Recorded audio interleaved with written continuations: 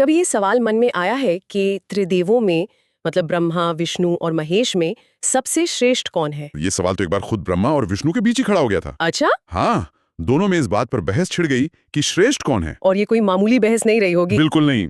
और जब दो इतनी बड़ी शक्तियां आपस में टकरा रही थीं, तो एक बहुत ही असाधारण घटना घटी। क्या हुआ? उनके बीच अचानक एक विशाल, एक अंतहीन ज्योति स्तंभ प्रकट हो गया। ज्योति स्तंभ? हाँ, जिसकी चमक के आगे सूरज भी फीका पड़ जाए। उसका ना कोई आदि दिख रहा था, ना कोई अंत। तो ये कोई साधारण अग्नि तो नहीं थी? नहीं, बिल्कुल नहीं। ये असल में भगवान शिव का निराकार स्वरूप था। निराकार? यानी जिसका कोई आकार ना हो? सही कहा। ये ब्रह्मा और विष्णु को याद दिलाने के लिए था कि जो परम सत्य है वो हर रूप और परिभाषा से परे है। और उन्होंने एक परीक्षा रखी। एक परीक्षा? हाँ। जो भी इस ज्योतिष स्तंभ का सिरा यानी इसकी शुरुआत या इसका अंत खोज निकालेगा, वही श्रेष्ठ माना जाएगा। ये तो बहुत ही दिलचस्प चुनौती थी। तो फिर दोनों देवताओं ने क्या किया? विष्णु जी ने शुरुआत की? विष्णु जी ने एक विशाल वराह मतलब जंगली सुअर का रूप धारण किया। अच्छा। और वो स्तंभ की जड़ खोजने के लिए पाताल की गहराइयों में उतरते चले गए। हजारों साल तक वो नीचे जाते रहे, पर उन्हें कुछ नहीं मिला। कुछ भी नहीं। कोई अंत नहीं। और यहाँ एक बहुत जरूरी बात होती है। क्या?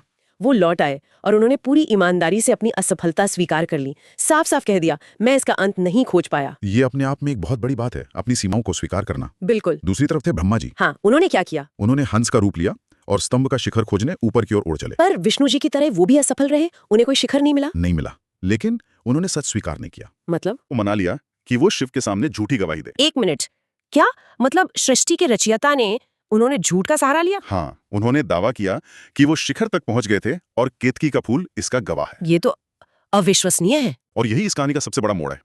जैसे ही ब्रह्मा ने ये झूठा दावा किया, वो ज्योति स्तंभ फट गया और उसमें से भगवान शिव प्रकट हुए अपने रौद्र रूप में। तब तो परिणाम स्पष्ट हो गया होगा। बिल्कुल। शिव ने ब्रह्मा को श्राप दिया। श्राप? हाँ, कि सृष्टि के रचयिता होकर भी उन्होंने छल किया, इसलिए पृथ्वी पर उनकी पूजा कभी नहीं होगी। और विष्णु जी? विष्णु को उनकी सच्चाई और विनम्रता के लिए हमेशा पूजनीय होने का वरदान मिला। तो ये कहानी सिर्फ एक पौराणिक घटना नहीं है, इसका आज भी एक रूप मौजूद है। मैंने सुना है कि ये ज्योतिर्स्तंभ काशी विश्वनाथ ज्योतिर्लिंग से जुड़ा है। आपने बिल्कुल सही सुना है। तो ये ज्योतिर्लिंग क्या है? अच्छा, ज्योतिर्लिंग का मतलब है प्रकाश का प्रतीक। ये शिव के उसी अनंत प्रकाश स्तंभ वाले निराकार स्वरूप का एक स्थायी प्रतीक है। अच्छा, तो ये मूर्तियां नहीं हैं। ये सिर्फ मूर्तियां नहीं, बल्कि ऊर्जा के शक्तिशाली केंद्र माने जाते हैं। कहते हैं कि ये स्वयंभू हैं, मतलब स्वयं प्रकट हुए हैं। काशी विश्वनाथ उन्हीं में से एक है। वाह, तो ये कहानी सिर्फ देवताओं के बीच की कोई प्रतियोगिता नहीं है। नहीं, ये तो सत्य, अहंकार और ईश्वर के असली स्वरूप पर एक बहुत गहरा दार्शनिक सबक है। सही बात है। और ये हमारे लिए एक सवाल भी छोड़ती है।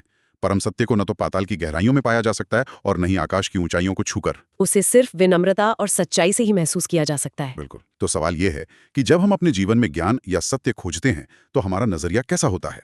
ब्रह्मा जैसा जो उसे जीतना चाहता है, या फिर विष्णु जैसा जो अपनी सीमाओं को स्वीकार करने का साहस रखता है? हर हर महादेव शिवोहम।